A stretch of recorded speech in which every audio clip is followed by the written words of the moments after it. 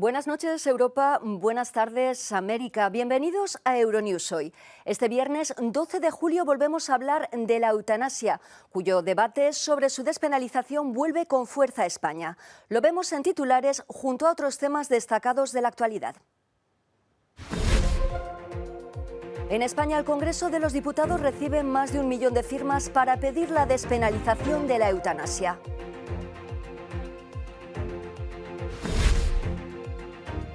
Crece la tensión entre el Reino Unido e Irán. Londres envía un segundo buque de guerra al Golfo tras el incidente en el estrecho de Hormuz. Google reconoce que nos espía. Su asistente vocal escucha un 0,2% de nuestras conversaciones.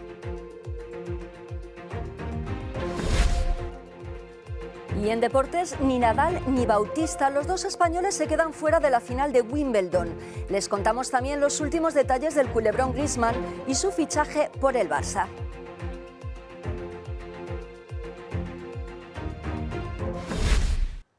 La eutanasia divide y también une. Al día siguiente de la muerte en Francia de Vincent Lambert, el polarizado debate sobre si debe ser legal o no vuelve con fuerza a España. 3 iniciativas ciudadanas han presentado en el Congreso de los Diputados más de 1 millón de firmas a favor de su despenalización y en apoyo del hombre que ayudó a morir a su mujer para acabar con años de sufrimiento. Este hospital de Alcalá de Henares es el escenario de un pulso entre la justicia y la ciencia que sacude muchas conciencias en España. En contra de la opinión de los médicos, un tribunal ha ordenado que se reanime a una mujer de 54 años con una avanzada enfermedad degenerativa si entra en parada cardiorrespiratoria. Los familiares de María Teresa Blanco consideraban que no hacerlo sería equivalente a la eutanasia y recurrieron a la justicia, que les dio la razón de forma cautelar. Muy contentos porque se ha salvado una vida, la vida de María Teresa, una persona que quiere luchar, una familia que quiere que luche, una vida totalmente digna. La salud de María Teresa Blanco está muy deteriorada. No puede hablar, ha tenido que ser ingresada una veintena de veces en los últimos años y ha sufrido varias paradas cardiorrespiratorias. En casos así, advierte el presidente de la Comisión Médica Colegial de España, el código deontológico es claro. Las medidas extraordinarias y sobre todo cuando son medidas muy llamativas y que producen tienen una alta sofisticación y producen un alto nivel de sufrimiento en los pacientes y no se prevé ningún tipo de resultado. Nuestro código deontológico no solamente dice que no se van a aplicar, sino que consideramos que es una mala práctica el hacerlo. En España, la eutanasia activa se considera delito. Casos como el de María José Carrasco, que murió el pasado mes de abril tras vivir 30 años con esclerosis múltiple, han reavivado el debate sobre el derecho a una muerte digna. Con la ley en la mano, su marido, que la asistió en su suicidio, podría ser castigado con penas de hasta 10 años de cárcel. 1 millón de firmas han llegado hoy al Congreso para pedir que no sea castigado y reforzar una iniciativa legal que despenalice la eutanasia en aquellos casos en los que, como María José Carrasco, el enfermo haya dejado claro que quiere que le ayuden a morir.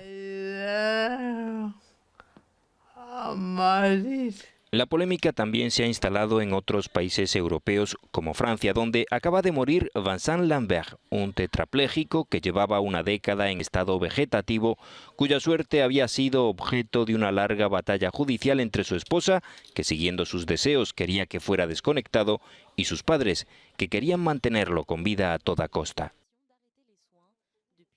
La guerra de los lazos amarillos puede salirle muy cara al presidente del gobierno catalán.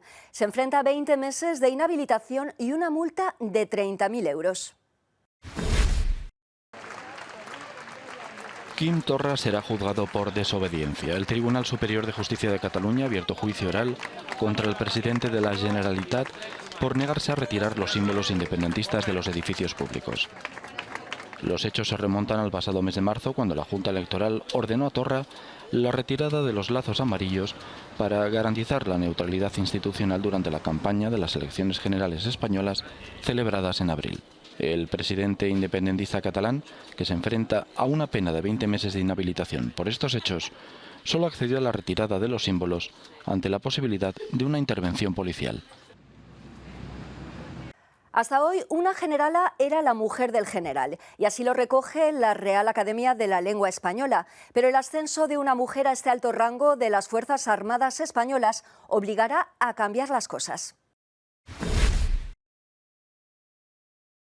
Es la primera mujer que asciende a general en la historia de las Fuerzas Armadas españolas. Se llama Patricia Ortega, tiene 56 años y su nombramiento acaba de ser confirmado en el Consejo de Ministros.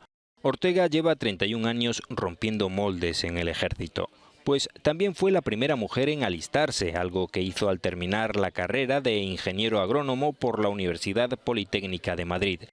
Tan solo Carme Chacón llegó más alto que ella. La desaparecida política socialista ocupó el puesto de ministra de Defensa durante el segundo mandato de José Luis Rodríguez Zapatero, entre 2008 y 2011. Embarazada de 7 meses, una de sus primeras decisiones fue visitar a las tropas españolas en Afganistán. Lejos de arreglarse, la tensión entre el Reino Unido e Irán sigue en aumento. Londres asegura que no está buscando una escalada, pero no sabemos cómo reaccionará Teherán ante su último movimiento. Toma medidas. El gobierno del Reino Unido ha decidido aumentar su presencia militar en el Golfo de Omán con el envío de un segundo buque de guerra. Así pretende enviar un mensaje al régimen de Teherán en medio de la escalada de tensión entre unos y otros, desde la detención del petrolero iraní Grace One cerca de Gibraltar la semana pasada. El carguero, que transportaba crudo y supuestamente navegaba hacia una refinería en Siria, fue detenido cerca del Peñón por las autoridades británicas a petición del gobierno de Estados Unidos. Después de las pruebas de laboratorio, se ha confirmado que la carga es de 2,1 millones de barriles de crudo ligero. No permitiremos que utilicen a Gibraltar o que sea consciente o inconscientemente cómplice en la violación de las sanciones de la UE u otras sanciones internacionales o en cualquiera de los asuntos que nuestras leyes prohíben. Irán urge al Reino Unido a liberar lo antes posible el petrolero retenido. Considera que las razones para detenerlo son irrelevantes desde el punto de vista legal. Las sanciones de la UE tienen por objetivo impedir que Europa compre el petróleo de Siria. No se trata de que otro país venda petróleo a Siria. Se trata de una excusa infantil y ridícula por parte de los británicos. Deberían anunciar oficialmente que están al servicio de Estados Unidos y que actúan en su nombre. Estados Unidos les ha devuelto el favor insultando a su embajador y a su primer ministro. La tensión en el estrecho de Hormuz, por el que pasa casi un tercio del crudo mundial, ha aumentado en las últimas semanas debido a ataques de origen desconocido contra petroleros y a la destrucción de un avión no tripulado estadounidense por parte de Irán, entre otros sucesos. Hasta hoy, una generala era la mujer del general, y así lo recoge la Real Academia de la Lengua Española. Pero el ascenso de una mujer a este alto rango de las Fuerzas Armadas españolas obligará a cambiar las cosas. No es el general, uno de los mayores traficantes de personas del mundo, sino un refugiado eritreo. Un tribunal de la ciudad italiana de Palermo ha dejado en libertad a este hombre, que fue detenido en Sudán y extraditado posteriormente a Italia. Las pruebas genéticas y los análisis de reconocimiento de voz practicados durante los casi 2 años de proceso judicial han sido concluyentes. Medani Tesfa Mariam Bere, a la izquierda de sus imágenes, que ha pasado 3 años en una cárcel italiana, no es el traficante de seres humanos Medani Yedegomeret, quien estaría en libertad viviendo en Uganda. La Fiscalía italiana solicitaba una pena de 14 años de prisión y 50.000 euros de multa. Estaba acusado de haber fletado el barco que se hundió frente a la isla de Lampedusa el 3 de octubre de 2013, provocando la muerte de 366 personas. El abogado defensor ha anunciado tras su puesta en libertad que solicitará el asilo político para su cliente en calidad de refugiado eritreo. ¿Está en peligro el cumplimiento del proceso de paz entre las FARC y el gobierno colombiano? Es lo que creen algunos de sus exguerrilleros que han viajado a la capital europea para pedir ayuda y han hablado con Euronews. 2 excombatientes de las FARC han viajado hasta Bruselas para pedir que se garantice el cumplimiento del proceso de paz. Denuncian que su implementación está en peligro, en primer lugar por la persecución de la que están siendo víctimas. Griselda Lobo dejó las armas para convertirse en congresista y ahora se siente en peligro. Claro, todos y nosotros quienes firmamos nos sentimos en peligro de que nos asesinen en cualquier momento por hablar por la gente, sobre todo que nosotros también estamos siendo asesinados, ya llevamos más de 135 compañeros asesinados y uno se siente en peligro.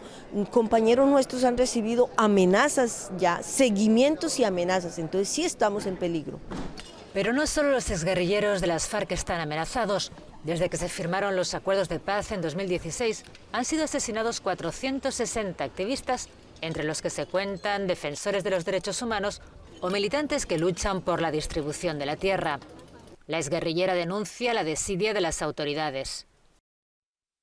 El gobierno hasta ahora no está haciendo nada, por eso tenemos este grupo tan altísimo de asesinatos, no se ven las garantías que fueron pactadas en el acuerdo exactamente para la defensa de la vida de líderes y de todos los colombianos. Otro punto delicado es el de la transformación del campo, una de sus reivindicaciones. Denuncian que los recursos no están llegando a los territorios. Y a ello se añaden las fumigaciones anunciadas por el gobierno para erradicar el cultivo de coca. Consideran más útil que se avance los programas para ayudar a los campesinos a buscar cultivos alternativos. Borrando los cultivos de la noche a la mañana, sin dejar de que viva el campesino, vamos a aumentar la pobreza. Al contrario, si los instituimos y le damos un apoyo al campesino para que él siga cultivando otros productos y pueda sustituir el cultivo ilícito. Los exguerrilleros de las FARC también han venido hasta Bruselas para pedir que se cree una comisión capaz de verificar que los fondos que destinaron para el acuerdo de paz llegan a su destino. Era un secreto a voces, pero ahora Google ha confesado: nuestras conversaciones son menos privadas de lo que nos gustaría. El gran Google nos escucha. La compañía californiana reconoce que profesionales externos escuchan las conversaciones entre los usuarios y su asistente virtual. Un 0,2% de ellas son transcritas por expertos del lenguaje para mejorar la calidad del servicio, ha admitido uno de sus directivos en un blog. Se trata de una parte fundamental en la creación de la tecnología del discurso, afirma. Una revelación forzada tras la información difundida por un canal de televisión belga que tuvo acceso a unas 1000 grabaciones de personas anónimas. Así lo explicaba uno de estos especialistas que prefieren no revelar su identidad. Entramos en una plataforma de Google en la que podemos escuchar los archivos de audio. Tenemos que transcribir lo que dicen lo más precisamente posible. A veces indicamos si es la voz de un hombre, de una mujer o de un niño. Hacemos unas 1000 transcripciones como estas por semana. Además, el canal belga pudo identificar direcciones postales y otros datos sensibles y ponerse en contacto con algunas de las personas grabadas.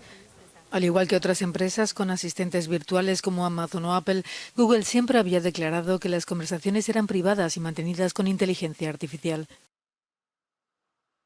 Y en deportes nos vamos a Wimbledon, donde ya conocemos a los finalistas y no habrá acento español. No habrá españoles en la final de Wimbledon, en el que ha sido su duelo número 40 entre ambos. Roger Federer se ha impuesto a Rafa Nadal en semifinales. El suizo, gran dominador histórico del torneo con 8 títulos, venció en 4 sets al español por 7-6, 1-6, 6-3 y 6-4. Tampoco estará en la final el otro español en liza. Novak Djokovic acabó con el sueño de Roberto Bautista. El número 1 mundial acabó imponiéndose en 4 sets, 6-2, 4-6, 6-3 y 6-2. Y el domingo tratará de lograr su quinto título sobre la hierba londinense. Hoy toca también hablar de fútbol. Nuestro compañero Juan Aldeondo nos da todos los detalles del último capítulo del Culebrón Gris. Guerra entre el Atlético de Madrid y el Barcelona por el fichaje de Antoine Griezmann. El equipo blaugrana ha depositado 120 millones de euros en la sede de la Liga en nombre y por cuenta del jugador francés para cerrar la operación. Una cantidad que corresponde a la cláusula de rescisión de Griezmann desde el pasado 1 de julio y que el club rojiblanco considera insuficiente, ya que el compromiso del jugador con el Barça se cerró antes. Entonces, su cláusula ascendía a 200 millones de euros. Los colchoneros estiman que el futbolista comunicó su desvinculación del equipo el pasado 14 de mayo, es decir, antes de la rebaja estipulada en su cláusula de rescisión. Por ello han iniciado los procedimientos que consideran oportunos para la defensa de sus derechos e intereses legítimos. Antoine Griezmann ha alcanzado un acuerdo con el Barcelona por las próximas 5 temporadas. Terminamos la semana con música, con un aperitivo del nuevo disco del británico Ed Sheeran, lanzado este viernes. En Number 6 Collaborations Project participan artistas como Camila Cabello, Eminem, Justin Bieber o Bruno Mars.